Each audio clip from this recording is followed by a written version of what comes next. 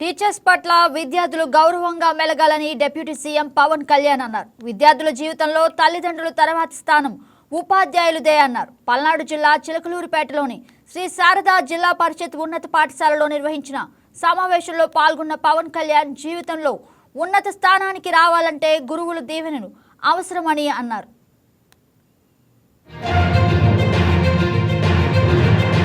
అంటే పిల్లలు ఎలా ఉన్నారు, ఏం చేస్తున్నారు అడగడానికి మనకి ఎవరికి వాళ్ళకి చాలా కష్టంగా ఉండిపోతుంది. ఏం అడుగుతామని అలాంటి దాంట్లో ఒక ఇనిషియేటివ్ తీసుకొని లోకేష్ గారు చేయటం నిజంగా చాలా చాలా మనస్ఫూర్తిగా అభినందించాలి. ఇదే కేరళ నిన్న కృష్ణతేజ గారితో మాట్లాడుతుంటే కేరళలో ఈ మెగా అంటే టీచర్స్ పేరెంట్స్ సంఘం చాలా బలమైనది. అంటే పిల్లలకి ఏదన్నా సరే ఒక తప్పు జరిగినప్పుడు అంటే ఉదాహరణకి ఏమైపోయినాయి అంటే నిన్న పిఠాపురంలో కూడా ఏదో గొడవ, ఒక చిన్న విద్యార్థుల మధ్య ఒక చిన్నపాటి గొడవ జరిగితే దాన్ని రాజకీయ నాయకుల లబ్ధి కోసం దాన్ని కుల గొడవలుగా క్రియేట్ చేయడం ప్రారంభించారు. ఇద్దరు బిడ్డలు కొట్టుకుంటారు. అలాంటిది ఇట్లాంటి చేరిపోయి అంటే అందుకని తల్లిదండ్రుల పార్టిసిపేషన్స్ పిల్లలు చదువుతున్నప్పుడు చాలా చాలా అవసరం.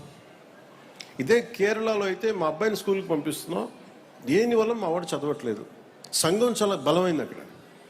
సో ఆ తరహాలో ఇక్కడికి లోకేష్ గారు ఈ teachers mega parent teachers meeting కోసం తల్లిదండ్రుల్ని పిల్లల భవిష్యత్తులో భాగస్వామ్యం చేయటం, జస్ట్ చదువులు డబ్బులు కట్టి స్కూల్కి పంపించేయడం కాకుండా వీరు ఎలాంటి ఉన్నారని చెప్పడానికి నిజంగా ఇది ఒక చాలా కీలకమైన మార్పు. ఇది ఎడ్యుకేషన్. దీనివల్ల పిల్లలు ఎలా పెర్ఫామ్ చేస్తారు, వాళ్ళ బలాలు ఏంటి, బలహీనతలు ఏంటి, ఇవి క్లియర్గా తెలుసుకోగలరు. పిల్లలు ఎక్కువ శాతం అధ్యాపకుల దగ్గరే ఉంటారు కాబట్టి అధ్యాపకులు వారికి ఆల్మోస్ట్ దైవ సమానులు అయిపోతారు.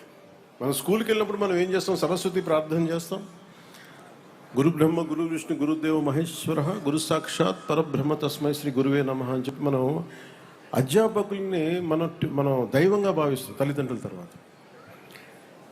ఇది ఎంత అరుదైన సంస్కృతి మనది. ఈ సంస్కృతిని గౌరవించుకోవడానికి దీనికి ఈ పేరెంట్ టీచర్స్ మీటింగ్ చాలా అద్భుతంగా పనిచేస్తుంది. అలాగే నాకు ఎక్కడో అంటే ఎంత ప్రభావితం చేస్తారు టీచర్స్ అంటానికి, తల్లిదండ్రులు ఒకలాగా ప్రభావితం చేస్తే టీచర్స్ మనకి కేవలం పాఠాలు చెప్పరు, మన భవిష్యత్తుని తీర్చిదిద్దుతారు.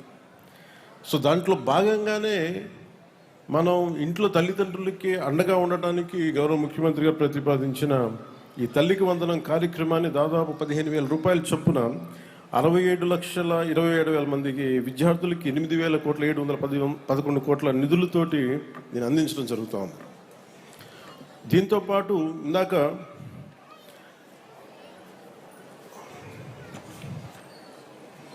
సైన్స్ ఎగ్జిబిషన్ ఇవన్నీ చూస్తూ ఉంటే ఎగ్జిబిట్స్ చూశాను. అంటే విద్యార్థులు అదిగించి నేను నేర్చుకుంది, ఒక సైన్స్ ఎగ్జిబిషన్ జరుగుతూ ఉంటే మిస్ జుబేదా, మిస్ రెహానా వీళ్ళు ఫిజిక్స్కి సంబంధించిన ఒక ఫైర్ అలారం ఎలా పనిచేస్తాయి. ఈ వీడియో మీకు నచ్చినట్లయితే లైక్ కొట్టి షేర్ చేసి మా వైకే టీవీ ఛానల్ని సబ్స్క్రైబ్ చేయండి.